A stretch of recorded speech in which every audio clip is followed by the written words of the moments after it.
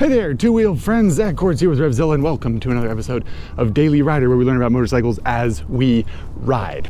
Our guest today is the Royal Enfield Meteor 350. Despite the look, that is a brand new motorcycle with a 3-year warranty, anti-lock brakes, and built-in GPS, all for sale for less than $5,000. So, is it an old bike dressed up to be new, or is it a new bike that looks old? And what's the difference between that anyway? Let's take a ride and talk about it, huh? Time to get our thump on.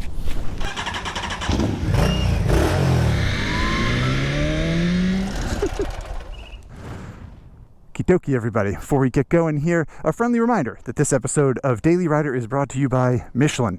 Michelin produced its first motorcycle tire back in 1897 and has been innovating in the world of two wheels ever since. More to the point, Michelin is a fan of Daily Rider.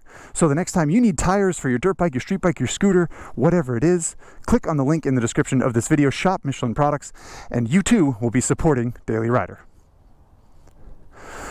Alrighty everybody, the Royal Enfield Meteor 350. That is a vintagey looking engine, isn't it? 349 cc's of air-cooled vertical glory. Very simple look. It is a brand new engine though. Redesigned to look like Royal Enfield engines of yesteryear, because that's sort of the whole point of the company and of the bike. You got yourself a pretty simple right setup fork, single 2-piston caliper up here, by Bree, that's by Brembo, that's the sort of Brembo subsidiary. Steel braided lines, which is kind of nice. We'll talk more about brakes later, of course. And other than that, not a whole lot of whiz bangs and doodads, right? It's a pretty simple motorcycle. It's meant to be clean and kind of elegant and sort of cruiserish. So we're going to talk about what it feels like to ride and how it works to get to work. Let's fire it up and listen to this baby thump, shall we? It's a very lopey engine, and one of the reasons is that it is an under square engine, which means the bore of the cylinder, the size of the piston going up and down in there, is a smaller measurement than the stroke that the piston travels. So it's a long stroke, relatively small bore engine, which makes it kind of feel old, but also torquey, which we'll talk about. So yeah, Meteor 350. Let's hit it, shall we?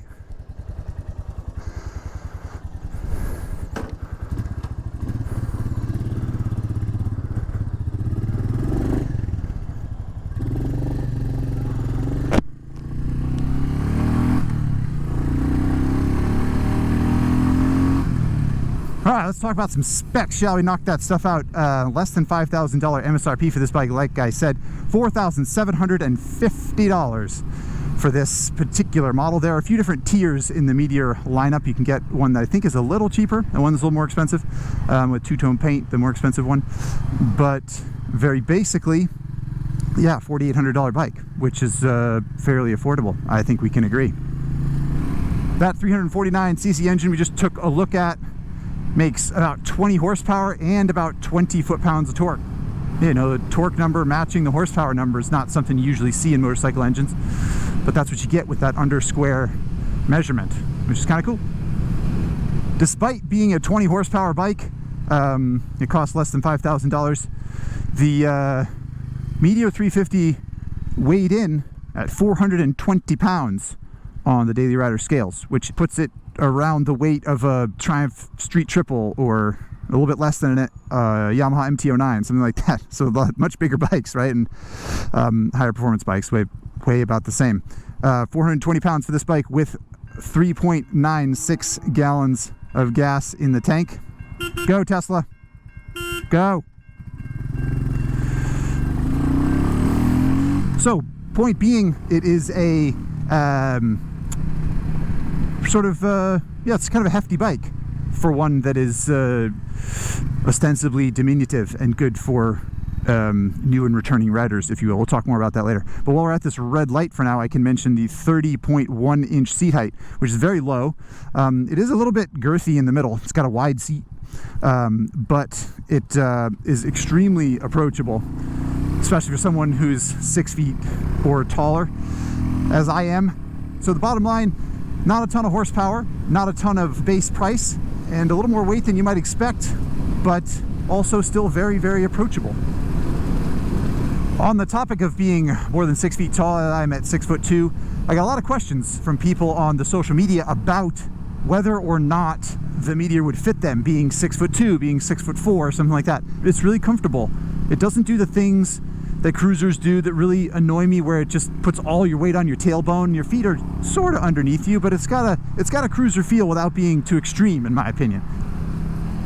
Alrighty, out onto the open road on the Meteor 350. You might be wondering, what the heck is it like to try to go down the freeway on a bike that weighs 420 pounds and has 20 horsepower? Which is a fair question. In general, does it pretty well. I think after you look at the spec sheet, you might be kind of frightened, but it chugs along just fine. We're going 60, 65 here, and it's very happy at this speed. One of the benefits of a completely redesigned engine, kind of old and anachronistic as the design or the aesthetic might be, is that it's pretty smooth. The mirrors are calm, not a lot of vibe in the handlebar or the foot pegs. It's sort of fine doing this, despite being relatively close to maximum performance, if we're being honest. Now, I'm not sure if we will have an opportunity to do it, but if we were to try to go 70 or 75, then you're in a little bit of trouble with overall thrust. It doesn't have much to give above there. In fact, I think, I didn't get confirmation from Royal Enfield, but I think it's governed at 75 miles an hour because it just will not go faster than that. And it's not bouncing against the rev limiter. So yeah, it is not a fast motorcycle. And if you live in a place where you want to go 75 or 80 on the freeway for long periods of time, or any period of time, it might not be the bike for you, to be honest. To give you a snapshot of overall performance here, we're climbing up this bridge here, going uphill. It's a pretty steep hill, but I'm at maximum thrust in 5th gear. We're going 55 or 60 miles an hour, but this is as fast as the bike will go. So, you know, will it go 70 and be comfortable? Absolutely. If you're climbing through mountain passes, are you gonna go slower than you want to go at certain points? Almost certainly, yeah. One thing I'd like to mention with regard to the throttle being wide open a lot is that the fuel mileage wasn't really as good as I thought it was going to be. I do spend a fair amount of time on freeways, and I did do that on this bike as well as doing some surface streets and that kind of thing. My overall average fuel mileage was about 55 miles per gallon, which is pretty good, right? I mean, it's sort of better than most cars, but you also get 55 miles per gallon on a Versa 650, and it's probably because you're not wringing its neck the whole time. Whereas on the Meteor 350, if you want to travel at 60 to 75 miles an hour, you're gonna have the throttle open, and it's going to be revving relatively high, and so the fuel mileage wasn't as good. I think if you spent time on 50 to 55 to 60 mile an hour roads, sort of like loping through the countryside, and you were in top gear the whole time, I bet fuel mileage would improve drastically. All that being said, a 4-gallon tank and 50 some odd miles a gallon, you still get 200 miles of range, and that's nothing to sneeze at. Now's the time we usually talk about mirrors, and I got a couple things to say. One is that the general smoothness of the Royal Enfield Meteor 350 really contributes to smooth mirrors, which I appreciate. I can tell that's a Dodge Ram ProMaster in my mirror, and if it were a vibey bike, I wouldn't be able to tell the make and model of the car behind me, I reckon. The other thing I'd like to mention is that these mirrors are aftermarket, or they're from the accessories catalog from Royal Enfield. These little threaded bosses right here are where the normal mirror stocks come up, and I suspect the regular mirrors are a little better from the standpoint of view behind, only because I think the glass is larger. But I did get a report from a colleague who rode this bike with stock mirrors that they're also nice and smooth, so that's good to know. While we're at it, these foot pegs are not stock also. They're in the stock position, but these are the sort of like wide cruisery foot pegs. I forgot to mention that we were in the parking lot. Just throwing it out there.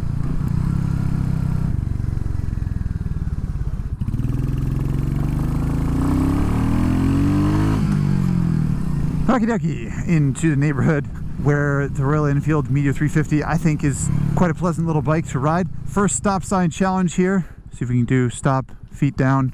Yeah, that's pretty good, that's pretty good. I think the nature of the engine is quite good around town, right? And this is like Royal Enfield has sold millions and millions of bikes, many of them in India, which is famously populated country, and lots of riding around urban areas, and I think one of the reasons that there's been such success with this style of engine in urban areas is just it's polite. This little thumpers, they work really well. They're not prone to stalling, good torque on tap. It's just a simple presentation of forward motion, and it's easy to understand if you're a new rider, and it's easy to love if you're a veteran rider, which I appreciate. The other thing I'd like to mention around town is the transmission, which I find so very good. I didn't think that I would. It's really common for budget bikes to have kind of, I don't know, just kind of numb or kind of chintzy feeling transmissions, and I have not missed a single shift on the Meteor 350, and I just find the feedback really positive. It always just slips right into gear. It sounds like a silly thing to compliment a bike for, but it's important, and a $4,800 bike I would have expected to be much worse than this, to be honest, and it's not.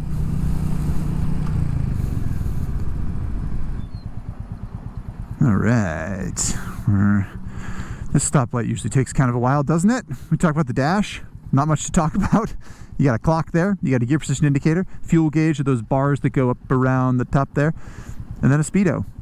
And that is just about it. The other piece of exciting news here is the Tripper module over here. We're going to play with that a little bit later on. I'll show you how it works. It's a nifty little doohickey. It uses Google-powered data to give you directions. But something I like about the Meteor 350 is the general presentation of the dash stuff. It didn't overcomplicate it. Just gave you this information you need to know. A couple trip meters, an odometer.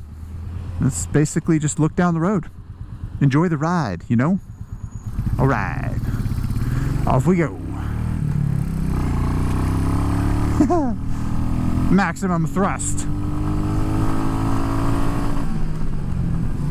So in many ways, the urban and suburban review of this bike is just that it's not great at freeway travel, though it will do it. And so it lends itself to this. You'll find yourself drawn to this kind of riding just because the speed and this sort of general attitude of putting around and going stop sign to stop sign is really where the bike feels most at home, arguably. I think it's quite good at it. It's delightful, actually. All right, Lover's Lane. We talk about passenger accommodations, and there's more good news. I found the rider position to be quite comfortable on this bike, and also the passenger accommodations, which I experimented with a little bit when the bike was parked. Also put Milady on the back, and she said it was quite nice. There's that little sissy bar, which I should have done a better job pointing out when we were in the parking lot there. She said that she really likes that little backrest. It's nice when you're pulling away from a stoplight or something like that because it gives a little bit of added security. But she said once you're going down the road, doesn't really add any comfort. It's not tall enough to actually lean back on. So a couple notes from her, but good leg room and decent seat pad, and in general probably better passenger accommodations than it really needs to have or ought to have. Okie doke, dipping into the twisty road section of the Daily Rider route, and I don't have anything super exciting to report here on the Meteor 350. The suspension stroke is limited, but in general handles fine. And the thing that I like about it on a twisty road is that the foot pegs don't drag immediately. It's not painfully uncoordinated in a set of curves like cruiserish bikes sometimes are. Granted, we're stuck behind an SUV, but I'm leaning over. We're going through the corner here, and nothing's dragging. And when I did drag foot peg, I thought, yeah, you know what, that's fair for a bike that has good legroom and low seat height. Whatever, It's a practical cruiser. I hadn't even thought of that until just now, but that's what it is. It's a practical cruiser, which I like. That's how they should all be, if you ask me. But in general, not gonna light anyone's hair on fire on a set of curves, but you'll be entertained and pleasantly surprised, maybe. Twisty road section is done all too soon, as it often is, and off we go back onto surface streets.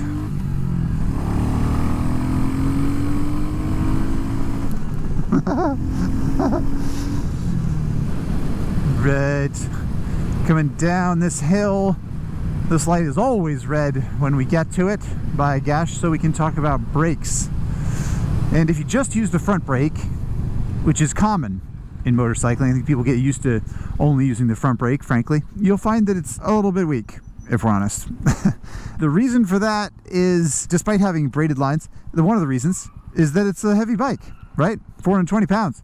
You got your Yamaha MT-09, 429 pounds, I think, something like that. And it has two 300 mil, 298 mil rotors up front. This has one 275, 290,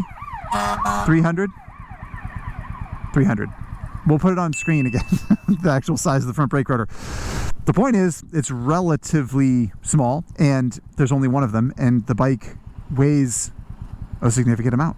So, yeah, I think if you're a veteran rider, you might want to put some sharper pads in there. If you're a newer rider, or if you're a veteran rider, frankly, practice using your back brake also. That's what I do on this bike a lot. It's very rear biased from a weight distribution standpoint, and using both brakes is good practice, and especially on a bike like this, it helps a lot. All right, green light. Off we go down Vermont Street. And we talk about the engine a little bit, because there are some things I'd like to mention. One of which is the valve check interval, which is about 3,000 miles, I think, 3,100 miles, something like that. And that is very frequent for a modern motorcycle. Something to keep in mind. They're not very difficult to check, I am told, but that's a piece of maintenance that should get done and needs to be done fairly frequently, which sort of speaks to the vintagey, old world feel of the bike to a certain extent. And interestingly, I don't think that you would buy this bike for the engine or the power that it makes, but you might buy this bike for the engine and the character that it has, the feel that it has, and the look of it. Basically, I think it's rare that you would purchase a bike for the aesthetic of the engine, but it's a big piece of the way a Royal Enfield looks and a big piece of how it feels, even though it's not a hugely inspiring blow your hair back kind of experience. I think some people might think that it feels like riding a lawnmower, and if that's how you feel, that's fair. You know, some people want a different experience from their motorcycle. They want it to feel modern and high tech and that kind of thing, and that's fair. But for the right person, I think it's got an awfully nice character. I like it.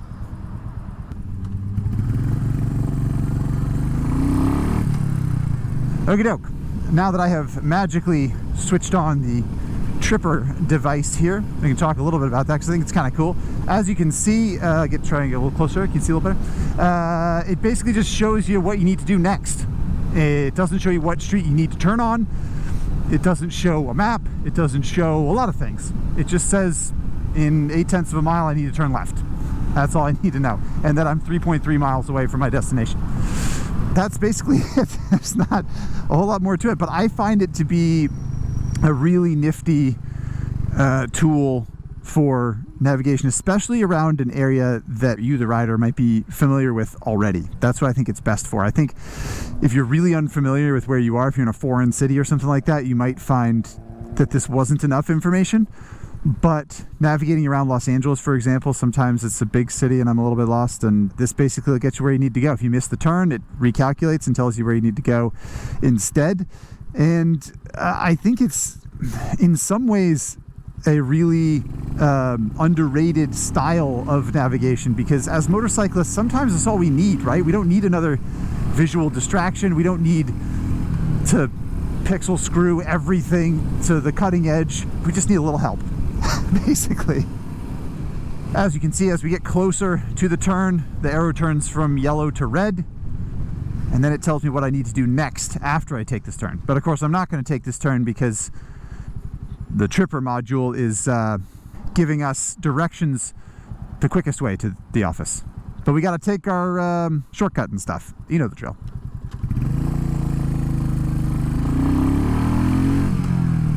So as tripper recalculates and tells me that I'm going the wrong way, we can circle back to the question I asked at the beginning of the episode, which is this an old bike that's dressed up to be new, or is it a new bike that looks old? And the answer is kind of complicated, right? I think in a lot of ways, Royal Enfield has taken a beautiful page out of the Triumph playbook, which is create a bike that has this classic look, a classic feel that really resonates with people. I'm one of those people, you might say.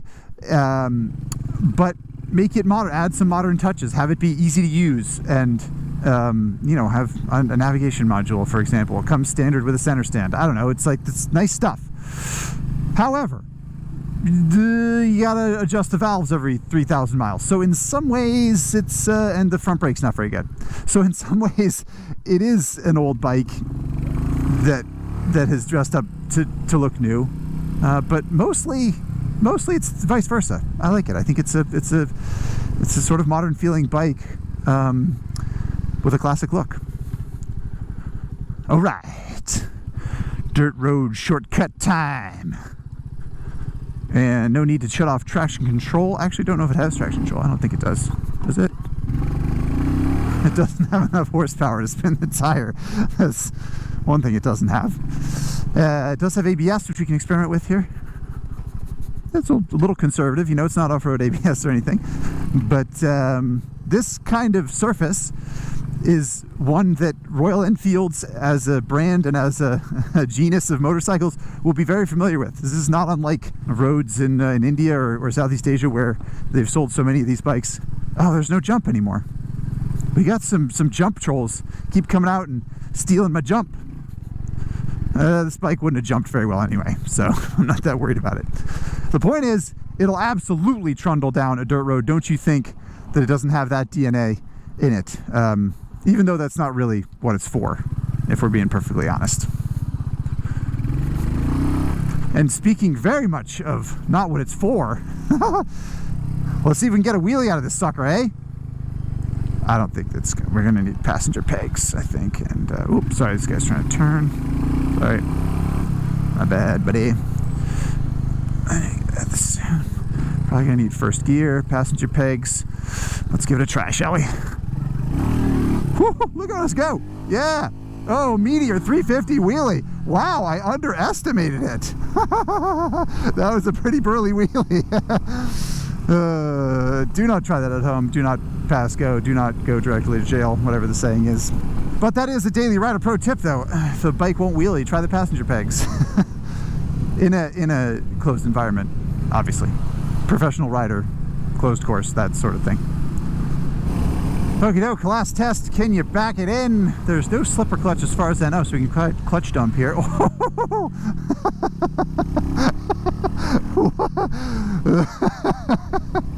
I was not expecting that. That was pretty fun. Let's do it again, shall we? Coming in hot to the office. Delightful. But this bike doesn't want to back in. It's very uncomfortable with that behavior, but my goodness, the Meteor 350 aims to please, I think, is the bottom line. Even though it's not supposed to do that kind of stuff. Wheelie and back it in. Ugh, good stuff. All right, final test here, U-turn test. We've got 2 parking spaces to work with, so this is a bit of a tight one, you might say. Steering lock is pretty good, so I have high hopes, actually. Come on, little buddy. Come on, little buddy. Oh, yeah, you got this. No problem. Look at that. Boom. What? Parking space and a half or something? Wow. Okay. We're ending on a high note here. We got a wheelie out of this sucker. We got some slides. We got a good U-turn challenge. My goodness gracious. Little Meteor 350. And comes with a center stand. Are you kidding me? Is there anything this little sucker can't do aside from go 76 miles an hour? All right. There's that classic thump. Heavy flywheel. But it's got a feel, it's got a charm. It doesn't just feel like a mass-produced little thing. I don't know. I like that about it. Okay, you can hear me over the leaf blower, I think. Let's jump into the Instagram questions here. Got some good ones. I am excited about it. First up, Ask Staffed, who asks, I've ridden it myself and really liked it, but can't answer this question. What is it that makes this little and slow bike so exciting to ride? Can you answer this question? Right. So, yeah, it's what I was just talking about, right? It's got that kind of like vibe and feel. It's fun. It's almost like riding that Honda Grom that we did a few weeks ago here. The fact that it does not have a lot of performance is almost almost part of the charm. And this is flirting in my mind, especially if you live in a place where there are a lot of freeways like Los Angeles. This bike is flirting with not having quite enough power, if I'm being honest. But it's so charming and it's so easy to use. It's welcoming. Even if you're a really good rider, I think you'll find yourself welcomed. And I think that's a good feeling. It's like a warm hug. It feels kind of familiar and comforting, even if it's not all that exciting at the end of the day. I hope that helps answer the question. Next question is from Caleb Brown 454, who says, my lady friend really likes the look of this for her first new bike, while I feel like a more reliable brand like Honda and the Rebel 300 would be a smarter purchase. What are your thoughts? Righto. So the Rebel 300 is a very obvious comparison to this bike. And the thing that I think I want to talk about most of all when comparing this bike to a Rebel 300 is just the size of it. And that's good and bad. It is heavy for a bike of this size and this horsepower. The Rebel 300 is much lighter. But to me, the Rebel 300 kind of felt like a toy. It feels really small, little. It's got a tiny little tank and it feels kind of wispy and thin. And when I sit on this bike, I think, oh, I'm on a real motorcycle. I'm sitting on a full-size motorcycle. It's got a wide tank and a wide seat. And I just feel kind of planted and secure, and I feel good on it. I like the feel of it much better than I like the Rebel 300. In that way, I would much sooner recommend this bike, just because I think that it will allow for more kind of emotional attachment and a more natural progression into the world of motorcycling. That being said, it's hard to ignore the Rebel 500, which weighs approximately as much as this bike. How much does it weigh? I'll have to look it up. And it's much more capable from a performance standpoint. And yes, dealer network with Honda and the reliability, and you don't have to check the valves as often. That stuff's totally valid. I think if you're going for pure turnkey usability, reliability, don't have to think about it ability, you go Rebel 500, because it's got a little bit more pep in its step, and it's a flippin' Honda, for crying out loud. If you like the idea of motorcycle ownership in sort of a classic sense of getting to know the machine and maybe taking the top of the engine off and checking the valves, or if you live close to a Royal Enfield dealer and you don't care about that, then yeah, I'd lean in this direction. I hope that helps at least a little bit. Next question is from a fat guy on a little bike who asks, how does it compare to the CSC bikes? No Royal Enfield dealer in my neighborhood. So this is your California scooter company here in the United States, CSC. They have bikes like the RX-3, the RX-4, bunch of other stuff. They are, I think, Zhongzhen, if I'm saying that correctly or remembering it correctly, is the actual Chinese manufacturer of those bikes.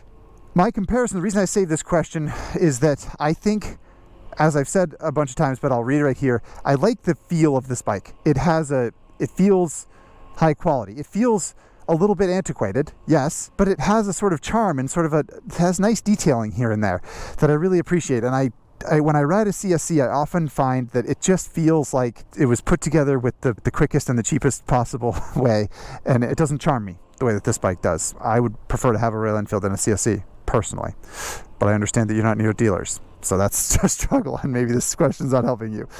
Anyway, there you go. Last question is from Handy Joe 84, who asked, if this motorcycle was a piece of literature, which would it be? I love that question. I think it's really a good one. And I thought about it, and to be honest, I'm not a book hound in the way that I wish I was. I was trying to think of a small, uncomplicated piece of literature, and I was thinking Steinbeck Travels with Charlie. John Steinbeck Travels with Charlie. That's my Royal Enfield Meteor 350 piece of literature, because it's a simple concept, it's easy to understand, it's really enjoyable, and that book will make you want to read more, I think. It's super well written, but it's uncomplicated and easy to access in a way that I think will only lead to more books in your future. So I hope that helps answer your question about literature, and I hope that you'll read Travels with Charlie if you haven't. I definitely recommend it. Okay, before we go, I looked up my bike weights sheet here. Honda Rebel 500, 413 pounds. So Honda Rebel 500, lighter than this bike. And yeah, more get up and go, like I said. Hopefully that helps. Okay, let's get moving on here and put this sucker on the Daily Rider leaderboard, shall we? All right. All right, here we are inside the shop, everybody, ready to talk about the Daily Rider leaderboard in the background there. But first, I did want to point out this little fella here. That is a BMW CEO4. Can you see it? Yeah, you can see it. Electric scooter from BMW that I'm kind of excited about. Are you excited about it? You're not excited about it? Well, too bad. I'm excited about it. It's coming up next or sometime soon on Daily Rider. So buckle up, everybody. On to the Daily Rider leaderboard. We got the Royal Enfield Meteor 350 ready to go up here. And we've got just about a year's worth of bikes here. Lots of diversity. We've got sport tours. We've got other, we got a super bike, so on and so forth. Perhaps the most relevant comparison is we just talked about the Honda Rebel 500, right? This is where it's sitting on the Daily Rider leaderboard, finished above a BMW S1000 RR and just behind the CF Moto 650 Adventura. Royal Enfield Meteor 350 is going to be down here somewhere. So you got your Honda Grom. It's more capable than a Grom and only a little bit more expensive, really. It's pound for pound a better value than a Grom. But yeah, so it's gonna be above a Grom. Is it above a Rebel 500? No, I don't think so. That Honda's too good. It's too capable. It's too just kind of stone reliable. And I mean, the reputation alone is too good. I mean, Royal Enfield reputation is good, but Honda, the Rebel 500 is going to finish above it. Is the Royal Enfield Meteor 350 going to finish above a BMW S1000 RR or not? Would you rather have a 200 horsepower superbike that's kind of uncomfortable, but cutting edge and state of the art, got carbon fiber wheels for crying out loud, or for something like a quarter of the price, maybe even less than a quarter of the price, a Royal Enfield Meteor 350 with 20 horsepower and old school charm? What do you think? What do we think? Drum roll.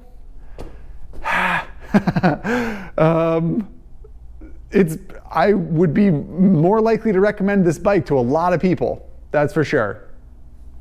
But at the end of the day, I can't bring myself to put it above the S1000. So it's going right here, just below the BMW S1000 RR, in part because of the BMW's advanced electronics, in part because it lights my soul on fire with all them horsepowers, and probably better at a track day than a Royal Enfield Meteor 350, though I have not tested them back to back.